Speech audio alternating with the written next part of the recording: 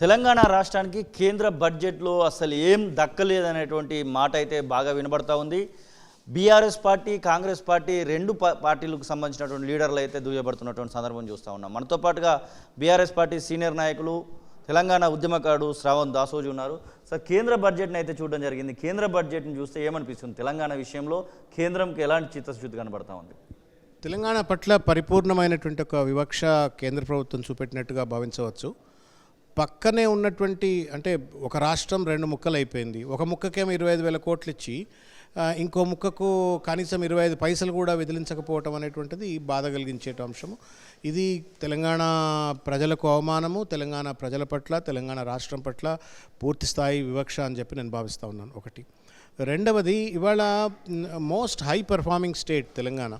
ఇవాళ దేశంలో తెలంగాణ జనాభా 2.7% ఉంటే జాతి సంపదకు, దేశ సంపదకు, జీడిపికి దాదాపు 5% జిఎస్డిపిని జీడిపికి కాంట్రిబ్యూట్ చేస్తున్నటువంటి ఒక రాష్ట్రం తెలంగాణ రాష్ట్రం. అంటే మన మన మన మన పాపులేషన్ కంటే కూడా, జనాభా కంటే కూడా డబుల్ సంఖ్య ఈరోజు జీడిపికి కాంట్రిబ్యూట్ చేస్తున్నటువంటి ఒక రాష్ట్రానికి, దేశ సంపదకు కాంట్రిబ్యూట్ చేస్తున్న రాష్ట్రానికి ₹1 కూడా ఇవ్వకపోవటం ఏదైతే ఉందో ఇది అత్యంత బాధాకరము, కొంత అవమానకరంగా కూడా భావిస్తూ ఉన్నాం. ఇప్పుడు పక్కనున్న రాష్ట్రానికి మరి 25,000 కోట్లు ఇచ్చినప్పుడు మరి తెలంగాణ ఏం పాపం చేసింది? తెలంగాణకు నిధులు కేటాయించకపోవడంలో ఉన్నటువంటి ఒక ఆంతర్యం ఏంటి? వాళ్ళ తెలంగాణలో బయారం స్టీల్ ఫ్యాక్టరీకి సంబంధించినటువంటిది ఇంతవరకు కూడా క్లారిటీ లేదు, లేకపోతే రైల్వే కోచ్ ఫ్యాక్టరీ పట్ల క్లారిటీ లేదు. తర్వాత పాలమూరు రంగారెడ్డి లాంటి ఒక అద్భుతమైనటువంటి ఒక ప్రాజెక్టును దానికి కూడా ₹1 ఇచ్చినటువంటి ఒక దాఖలాలు లేవు.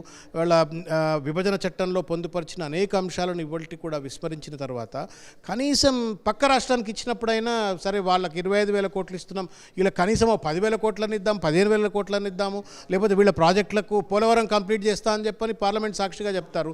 మరి పాలమూరు రంగారెడ్డి కంప్లీట్ చేస్తా అని చెప్పని, లేకపోతే దానికి అవసరమైన నిధులు కేటాయిస్తా అని చెప్పని ఎందుకు కేంద్ర ప్రభుత్వం చెప్పట్లేదు అంటే దీనికి ముమ్మాటికి కూడా కారణం ఇవాళ తెలంగాణ రాష్ట్ర ప్రతినిధులుగా ఇవాళ పార్లమెంట్లో ఉన్నటువంటి ఒక పార్లమెంట్ సభ్యుల యొక్క వైఫల్యము. దానికి తోడుగా ముఖ్యంగా రాష్ట్ర ముఖ్యమంత్రి రేవంత్ రెడ్డి గారి యొక్క వైఫల్యం కూడా స్పష్టంగా కనబడుతూ ఉంది.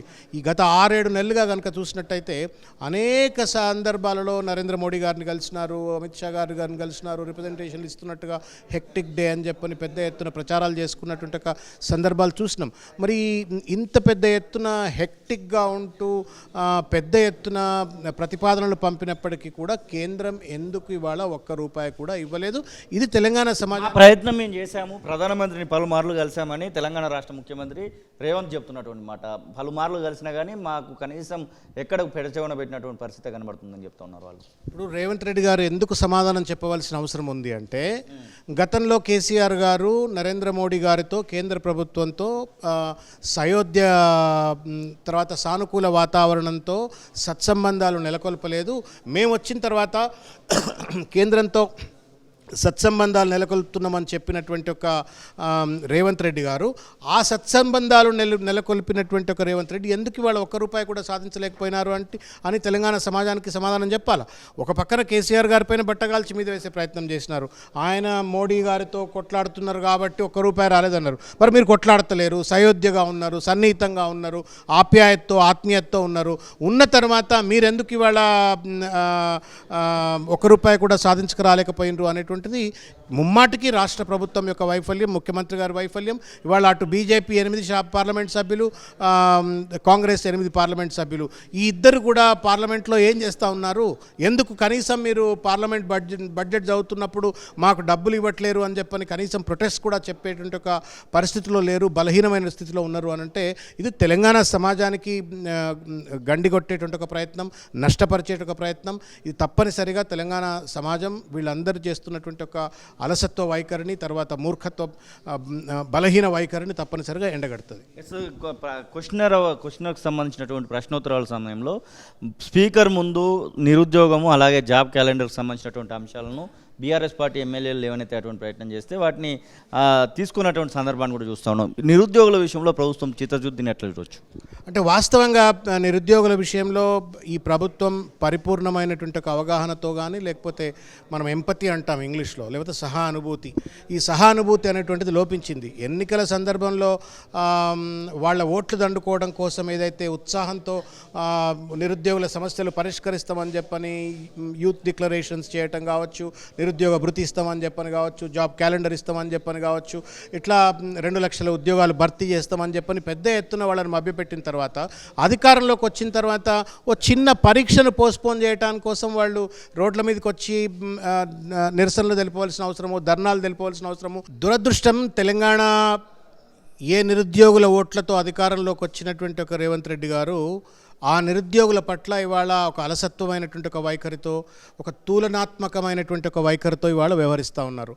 వాళ్ళు ఎన్నికల సందర్భంలో మీరు యూత్ డిక్లరేషన్స్ అని చెప్పని, తర్వాత అన్ఎంప్లాయ్మెంట్ అలవెన్స్ ఇస్తామని చెప్పని, 2 లక్షల ఉద్యోగాలు భర్తీ చేస్తామని చెప్పని, స్కిల్ డెవలప్మెంట్ సెంటర్లు పెడతామని, ఇట్లా రకరకాల ఎత్తున పెద్ద ఎత్తున వాగ్దానాలు చేసి వాళ్ళను మభ్యపెట్టి అశోక్ నగర్ వేదికగా, తర్వాత మిగతా చిక్కడపల్లి లైబ్రరీ వేదికగా అనేక వాగ్దానాలు చేసి వాళ్ళను రెచ్చగొట్టి వాళ్ళ అధికారంలోకి వచ్చిన తర్వాత ఇవాళ వాళ్ళ పట్ల ఒక సవతి తల్లి ప్రేమ ఇవాళ రేవంత్ రెడ్డి గారి ప్రభుత్వం అనుసరిస్తూ ఉంది. దానికి నిదర్శనం ఒకటే, వాళ్ళు న్యాయబద్ధంగా ఒకటి తర్వాత ఒకటి పరీక్షలు ఉన్నట్టయితే మా పైన ఒత్తిడి పెరుగుతుంది, కాంపిటేటివ్ ఎగ్జామ్స్లో ప్రిపరేషన్కు మాకు సరి అయిన సమయం ఉండదు, కాబట్టి దయచేసి పరీక్షలను కొంత రీషెడ్యూల్ చేయండి, పోస్ట్పోన్ చేయండి అన్న పాపానికి రోడ్ల మీద గుడ్లను కొట్టినట్టుగా ఇవాళ నిరుద్యోగుల పైన దాడులు చేసిన సంగతులను చూసినాం. అసలైన తొలి వెలుగు.